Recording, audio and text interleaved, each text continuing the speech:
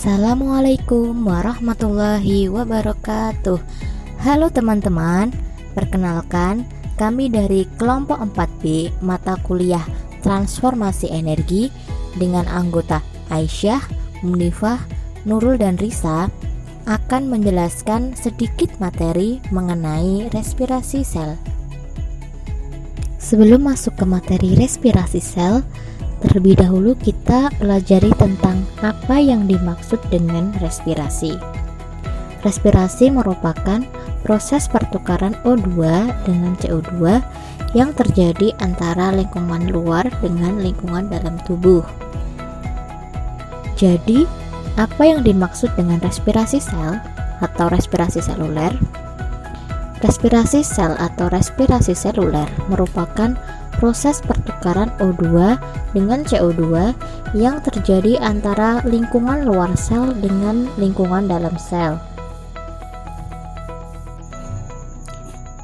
Nah, tujuan dari respirasi adalah merombak molekul organik kompleks untuk mendapatkan energi dalam bentuk ATP. Proses respirasi sel terbagi menjadi dua, yaitu respirasi aerob dan respirasi anaerob. Apa yang dimaksud dengan respirasi aerob? Respirasi aerob merupakan reaksi katabolisme yang memerlukan suasana aerobik atau memerlukan oksigen dalam prosesnya. Respirasi aerob terdiri dari 4 tahapan, yaitu glikolisis, dekarboksilasi oksidatif, siklus Krebs, dan transport elektron. Respirasi aerob terjadi di sitosol dan mitokondria sel. Hasil akhir dari respirasi aerob adalah energi dalam jumlah yang besar.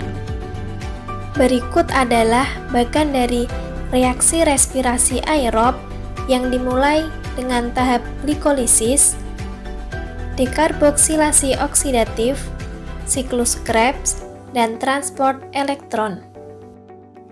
Tahap yang pertama dimulai dengan tahap glikolisis. Glikolisis merupakan tahap perubahan glukosa atau C6 yang dipecah menjadi 2 molekul asam pirufat atau C3.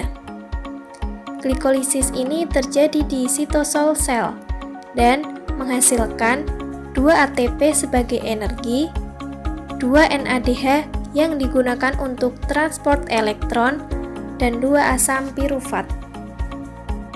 Selanjutnya adalah tahap dekarboksilasi oksidatif, yaitu proses pengubahan asam pirufat yang dihasilkan dari tahap glikolisis menjadi senyawa asetil CoA, di mana senyawa asetil CoA jika direaksikan dengan asam oksaloasetat akan masuk ke dalam siklus Krebs.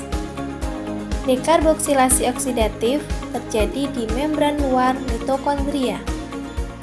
Hasil dari dekarboksilasi oksidatif adalah 2 asetil CoA, 2 NADH, dan 2 CO2.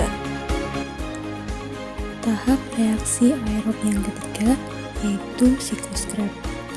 Siklus Krebs adalah reaksi penyatuan antara asetil CoA dengan asam oksaloasetat dan akan menghasilkan yaitu 6 NADH, 2 FADH, dan 2 ATP. Siklus Krebs terjadi di mitokondria. Tahap respirasi aerob yang terakhir yaitu transport elektron. Transport elektron adalah reaksi reduksi atau oksidasi NADH dan molekul FADH2 yang akan menghasilkan energi ATP sebanyak 32 ATP. Tahap transport elektron terjadi di membran mitokondria. Setelah kita mengenal respirasi aerob, maka akan lebih lengkap bila kita juga mengenal respirasi anaerob. Respirasi anaerob merupakan reaksi katabolisme yang tidak memerlukan oksigen. Tempat terjadinya ialah di sitoplasma dan bertujuan untuk menguraikan senyawa organik. Pada respirasi anaerob dihasilkan 2 ATP, dan respirasi anaerob terdiri dari fermentasi asam laktat dan alkohol. Kesimpulan yang dapat kita tarik dari penjelasan tadi ialah respirasi yang terdiri dari respirasi aerob dan respirasi anaerob, di mana respirasi aerob itu berbeda dengan respirasi anaerob. Respirasi aerob membutuhkan oksigen, sedangkan respirasi anaerob tidak membutuhkan oksigen. Respirasi aerob terjadi di sitosol dan mitokondria sel, sedangkan respirasi anaerob terjadi di sitoplasma sel. Respirasi aerob menghasilkan 36 ATP, sedangkan pada respirasi anaerob menghasilkan 2 ATP. Terima kasih telah menyaksikan video pembelajaran kami ya. Semoga bermanfaat. Wassalamualaikum warahmatullahi wabarakatuh.